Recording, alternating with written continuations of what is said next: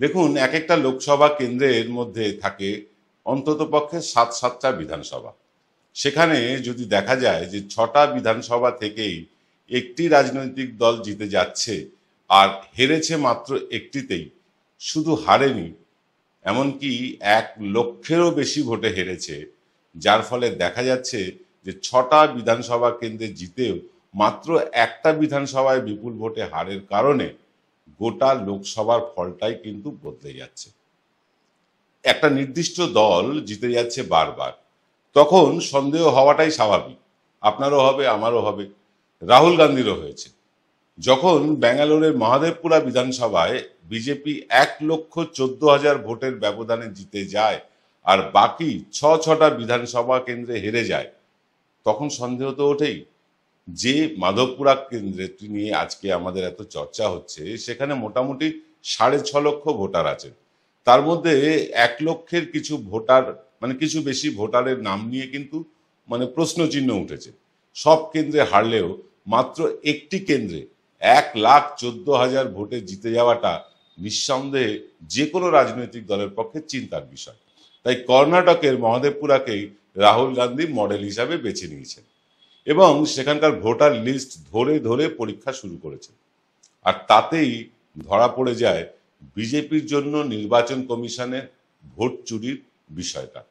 আজকে থার্ড আইতে আমরা কর্ণাটকের ভোট চুরি, বিহারে এসআইআর ইত্যাদির প্রেক্ষিতে পশ্চিমবঙ্গ বিধানসভায় কি হতে পারে তা নিয়ে একটু বিস্তারিত আলোচনা করতে চাই।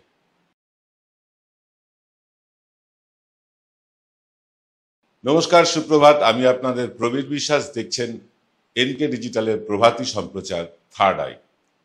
রাহুল গান্ধীর বক্তব্য অনুযায়ী ওই মাধবপুরা একটি কেন্দ্রেই ১২,০০০ ডুপ্লিকেট ভোটারের নাম আছে।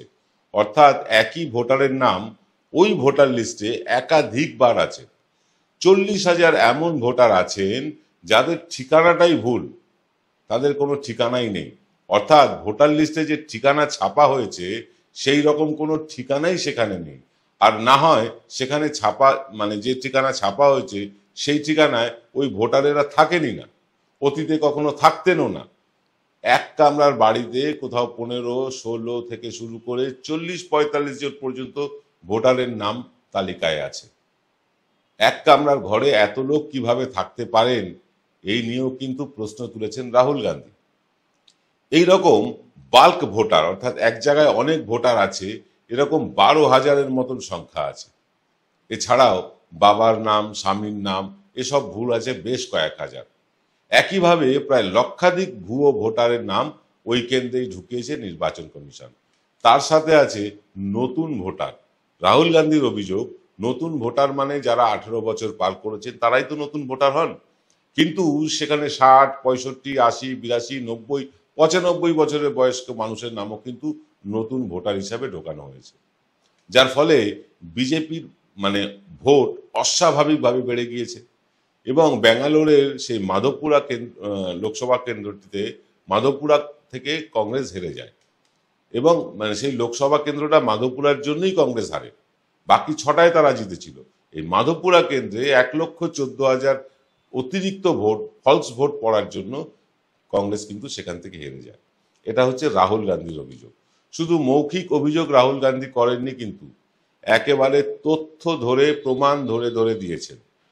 ২০২৪-এর লোকসভা নির্বাচনে এইভাবেই অন্তত ২৫টি লোকসভা কেন্দ্রে নির্বাচন কমিশনের মদতে বিজেপি জিতেছে বলে মনে করেন রাহুল গান্ধী।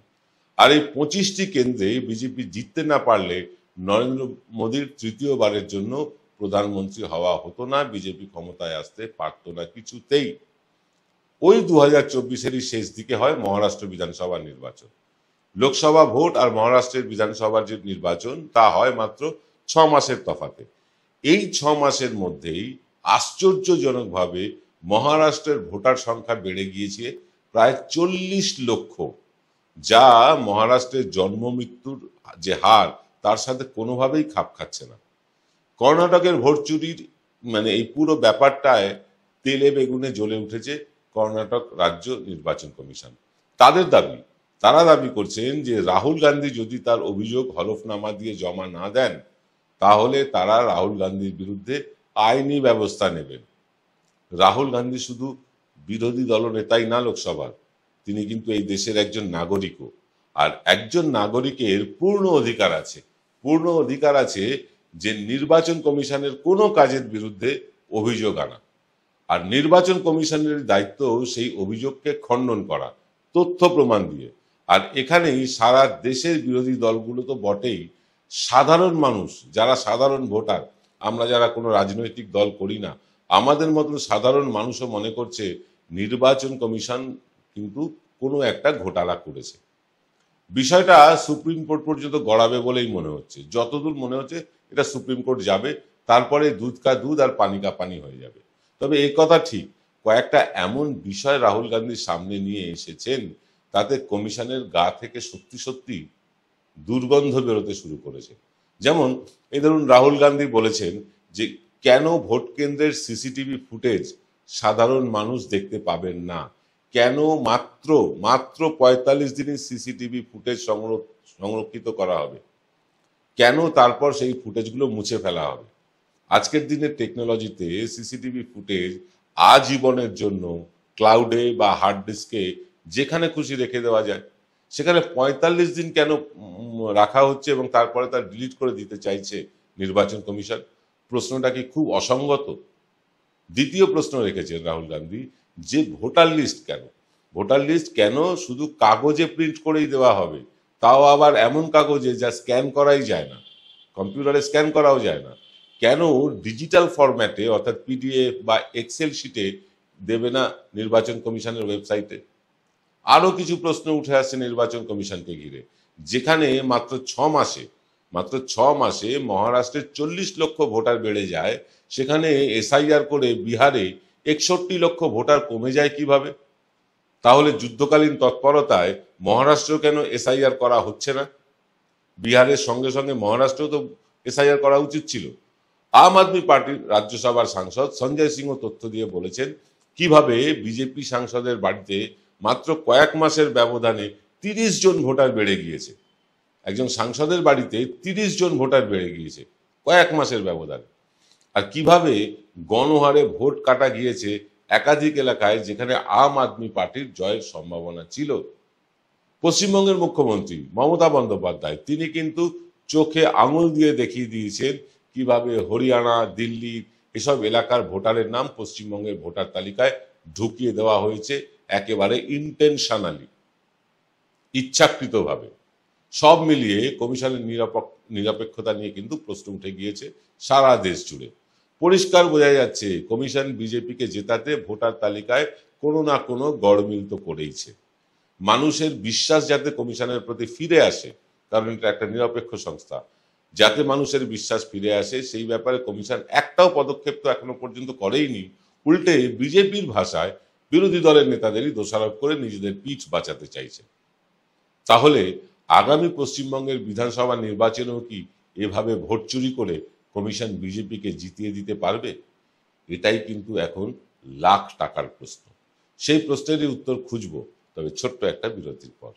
জয়গুরু রত্নভান্ডার জ্যোতিষ সীমা, এখানে গোল্ড মেডেলিস্ট জ্যোতিষী বসেন। হাই কোয়ালিটির আসল গ্রহরত্ন সবচেয়ে কম দামে এখানে পাওয়া যায়। স্থান বেলঘড়িয়া, রানী পার্ক, বটতলা, ২ নম্বর রেলগেটের নিকটে। 9681345722 এবং 9007778922। Welcome to the world of civil business. A Bengali business personality and the most successful business group, Roy Construction Group of companies, now coming Sarib, West Bengal. Mr. Anup Roy, the managing director of the Roy Construction Group company, ready to serve his native land, the mother Bengal.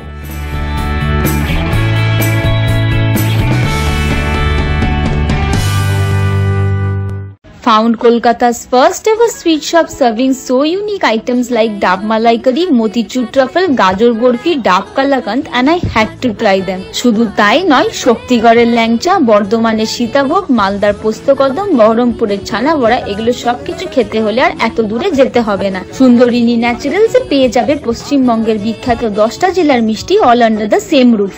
এদের best sellers কচি ডাবের শাঁস দিয়ে বানানো ডাব মালাইকারি আর কলা পাতায় মোড়া গুড়ের সন্দেশ পাতুরি আর মাস্ট ট্রাই। ফিরলাম বিরতির পর। প্রশ্ন হচ্ছে, বিহারের মতন এসআইআর করে তৃণমূলের জয়ের সম্ভাবনা আছে এমন বিধানসভাগুলোতে পাইকারি হারে ভোটারের নাম বাদ দিয়ে, কিংবা ধরুন মহারাষ্ট্রের মতন পাইকারি হারে মানে ব্যাপক নাম জুড়ে দিয়ে বিজেপিকে বাংলার ক্ষমতায় নিয়ে আসতে পারবে কি কমিশন?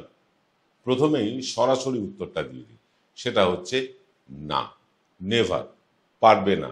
বাংলায় সেটা করতে পারবে না কমিশন। এবার বলি কেন পারবে না। বাংলায় এসআইআর হোক, এটা আমরাও চাই, আপনিও চান। মৃত ভোটার কিংবা ডুপ্লিকেট ভোটার কিংবা অন্যত্র চলে যাওয়া ভোটারদের নাম বাদ চলে যাক। 18 বছরের হয়ে যাওয়া যে যুবক যুবতীরা আছে তাদের প্রত্যেকের নাম উঠুক এবং স্বচ্ছ ভোটার তালিকা প্রকাশিত হোক। এটা আমরা সকলেই চাই, সব রাজনৈতিক দলও তাই চাইছে। তার জন্য ইলেকশন কমিশনের লোক প্রতি বাড়িতে বাড়িতে গিয়ে খুঁটিয়ে পরীক্ষা নিরীক্ষা করুক। বাবা মায়ের জন্মে কিংবা ভোটারের জন্মে শংসাপত্র চাইবার কোনো দরকারই তো হবে না। কার বাড়ির দলিল আছে, কার কোনো সম্পত্তি নেই, সেটাও দেখবার কিন্তু প্রয়োজন হবে না। একটা বাড়িতে কত লোক থাকেন, ভোটারের নাম, ছবি, বাবা অথবা স্বামীর নাম যদি মিলিয়ে দেখে নেওয়া হয়, তাহলেই তো স্বচ্ছ ভোটার তালিকা তৈরি করা যায়। কে ভারতের নাগরিক আর কে বাংলাদেশি অথবা কে রোহিঙ্গা, এসব পরীক্ষা করার নির্বাচন কমিশনের কাজ নয়। সেটা আলাদাভাবে করুক স্বরাষ্ট্র মন্ত্রক, এটা স্বরাষ্ট্র মন্ত্রকের কাজ, নির্বাচন কমিশনের কাজ নয়। নির্বাচন কমিশন কোনো হরিদাস পাল নয় যে নাগরিকত্ব তারা পরীক্ষা করবে। তাছাড়া রাজ্যের শাসক দল তৃণমূল কংগ্রেস কিন্তু ইতিমধ্যে তাদের কর্মীদের বাড়ি বাড়ি পাঠিয়ে স্ক্রুটিনি খুব সিরিয়াসলি করতে শুরু করে দিয়েছে, অনেক জায়গায় হয়েও গিয়েছে। তাদের হাতে এসে গিয়েছে রাজ্যের কত মৃত ভোটার আছে, কত অন্যত্র চলে যাওয়া ভোটার আছে। ভোটার তালিকার ডিজিটাল ফরম্যাটে যদি তৃণমূল কংগ্রেস করিয়ে নিতে পারে এর মধ্যে, তাহলে ডুপ্লিকেট ভোটারদেরও কিন্তু শনাক্ত করা কয়েক মিনিটের ব্যাপার হবে। তৃণমূল কংগ্রেস কিন্তু সব দিকের আট ঘাট বেঁধে প্রায় মাসখানেক আগে থেকেই কাজ শুরু করে দিয়েছে।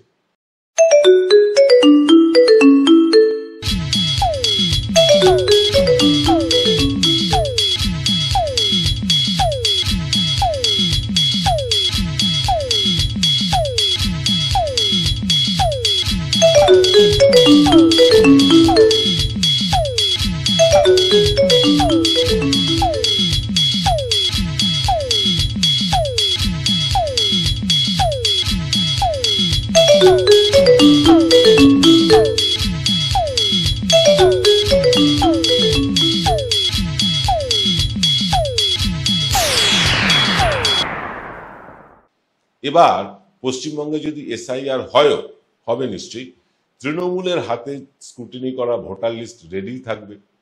এসআইআর এর পরে নির্বাচন কমিশনকে একটা খসড়া ভোটার লিস্ট প্রকাশ করতেই হবে, এটা নিয়ম। পশ্চিমবঙ্গের প্রতিটি মানুষ এতটাই রাজনৈতিক সচেতন যে তারা সেই ভোটার লিস্ট খুঁটিয়ে নিজের নামটা, নিজের পরিবারের নামটা কিন্তু খুঁজে নেবে, সবার নাম আছে কিনা সেটা দেখে নেবে। পশ্চিমবঙ্গের মানুষ এতটাই রাজনৈতিক সচেতন। রাজনৈতিক দলগুলো তো দেখবেই, সাধারণ মানুষও দেখবে যে তাদের নামটা বাদ চলে গেল কেন কিনা। যদি একজনও বৈধ ভোটারের নাম তালিকা থেকে বাদ যায়, পশ্চিমবঙ্গের কেউ কি নির্বাচন কমিশনকে ছেড়ে কথা বলবে? মামলার পাহাড় জমে যাবে আদালতে। আর যদি দেখা যায় কোনো বিধানসভায় হঠাৎ করে অতিরিক্ত কিছু নাম ঢুকে পড়েছে, তাহলেও কি তার ঠিকানা ধরে ধরে বাড়ি বাড়ি গিয়ে পরীক্ষা করা হবে না রাজনৈতিক দলগুলোর পক্ষ থেকে? রাজনৈতিক সচেতনতার অভাব, কিছুটা অশিক্ষা, আর অনেকটাই সময়ের অভাবের জন্য যেভাবে 61 লক্ষ লোকের নাম পাইকারি হারে বিহারে বাদ দেওয়া গিয়েছে, পশ্চিমবঙ্গে কিন্তু সেভাবে গণহারে নাম ছাঁটাই বা গণহারে নাম সংযুক্ত হবে না। যদি তা হয়, নির্বাচন কমিশনকে কাঠগড়ায় দাঁড়াতেই হবে। তাই কর্ণাটকের মহাদেবপুরাতে যা হয়েছে, হরিয়ানায়, মহারাষ্ট্রে যা হয়েছে, পশ্চিমবাংলায় তার 10% করতে গেলেও কমিশনকে কিন্তু 1000 বার ভাবতে হবে। সবচেয়ে বড় কথা, রাজ্য সরকারি মেশিনারি কিন্তু বাংলায় বিজেপির হাতে নেই, তাই যা খুশি করা এখানে কার্যত প্রায় অসম্ভব। আর একটা বিষয় কমিশনকে কিন্তু মাথায় রাখতেই হবে, সেটা হচ্ছে পশ্চিমবঙ্গের 60% বুথে বিজেপির একজনও কর্মী নেই। হ্যাঁ, 60% বুথে বিজেপির একজনও কর্মী নেই যারা বাড়ি বাড়ি ঘুরে স্ক্রুটিনি করতে পারেন। উল্টো দিকে তাকিয়ে দেখুন, তৃণমূল এবং বামেদের, হ্যাঁ বামেদেরও, তৃণমূল এবং বামেদের কিন্তু সেই শক্তি আছে যা দিয়ে নির্বাচন কমিশনের ভোট চুরির সব প্ল্যানে তারা জল ঢেলে দিতে পারে শুধু বাড়ি বাড়ি গিয়ে স্ক্রুটিনি করে। তাই যাদের এসআইআর নিয়ে খুব উৎসাহ যে এসআইআর হলেই বাংলায় ড্যাং ড্যাং করে 160 থেকে 180টা আসন নিয়ে রাজ্যের ক্ষমতায় বিজেপি চলে আসবে, তাদের সেগুড়ে বালি। বাংলার মানুষ আজও ভোট দেন তাদের, মানে যারা উন্নয়ন করেন। মানুষ তাদেরকেই ভোট দেন যারা তাদের জন্য কাজ করেন, অসাম্প্রদায়িকতার কথা বলেন। আর শুধু এই ব্যাপারে তৃণমূল মানুষের মনে কিন্তু বেশ পাকাপোক্ত একটা জায়গা বানিয়ে ফেলেছে। ইতিমধ্যেই কিন্তু উন্নয়নের প্রভাব দেখা যাচ্ছে, মানে মানুষ সাধারণ চোখে উন্নয়নটা দেখতে পাচ্ছে। রাজ্যের প্রায় 11 কোটি 11.5 কোটি মানুষ কোনো না কোনোভাবে তৃণমূল কংগ্রেসের সরকারের কোনো না কোনো প্রকল্পের দ্বারা কিন্তু উপকৃত হয়েছে। এটা কিন্তু বাস্তব সত্য। মহিলা ভোট এখনো তৃণমূলের পক্ষে প্রায় 65 থেকে 70%। সংখ্যালঘু ভোট তৃণমূলের পক্ষে প্রায় 99%। এইরকম অবস্থায় এসআইআর করে হোক বা ভোটার লিস্টে যে কোনো রকম ঘাপলা করে হোক পশ্চিমবঙ্গে ভোটে জেতা বা জেতানো নির্বাচন কমিশনের পক্ষে কার্যত অসম্ভব কোনো রাজনৈতিক দলকে। পশ্চিমবঙ্গে ফ্রি ফেয়ার ইলেকশন হোক, স্বচ্ছ ভোটার লিস্ট হোক, এটা আমরা সকলেই চাই। কিন্তু একজনও বৈধ ভোটার তিনি যেন বাদ না যান। আর নির্বাচন কমিশন যদি নাগরিকত্ব পরীক্ষা করতে আসে তাহলে কিন্তু নাগরিকেরাই তাদেরকে প্রশ্ন করবে, আগে আপনার পরিচয়পত্র দেখান, আপনার বাবার শংসাপত্র দেখান তিনি জন্ম নিয়েছেন, আপনার বাড়ির দলিলটা নিয়ে আসুন। কারণ একটাই, যে কারুর বাড়ির দলিল দেখা, বাবার জন্ম সার্টিফিকেট দেখা, মায়ের জন্ম সার্টিফিকেট দেখা, এটা কিন্তু নির্বাচন কমিশনের কাজ নয়। এটা আগেই আপনাদের বলে রাখলাম। আপনার কাছে প্যান কার্ড, ভোটার কার্ড, আধার কার্ড, গত ভোটার লিস্টে আপনার নাম, এই সবগুলোই কিন্তু যথেষ্ট যে আপনি এই দেশের একজন ভোটার। তাই যতই চেষ্টা করুন ভোটার লিস্ট থেকে একজনও বৈধ ভোটারের নাম সম্ভবত পশ্চিমবাংলায় কমিশন দিতে পারবে না। আপনারা কি ভাবছেন এই নিয়ে কমেন্ট করে জানান। আমাদের আগামীকাল রবিবার রাত 8টায় আমাদের যে ওপেন ফোরাম অনুষ্ঠানটা হয় তাতে কিন্তু আমরা এই নিয়েই আলোচনা করব যে এসআইআর পশ্চিমবঙ্গে কতটা প্রভাব ফেলবে। আপনারা প্রস্তুত থাকবেন। আমাদের দেওয়া ফোন নাম্বারে আপনারা ফোন করতে পারবেন। অনুষ্ঠান চলাকালীন আমরা ফোন নাম্বার দিয়ে দেব, সেইখানে ফোন করে আপনি আপনার মতামত দিতে পারবেন আগামীকাল রবিবার রাত ঠিক 8টায়। আজ এ পর্যন্ত, সকলে ভালো থাকবেন। নমস্কার।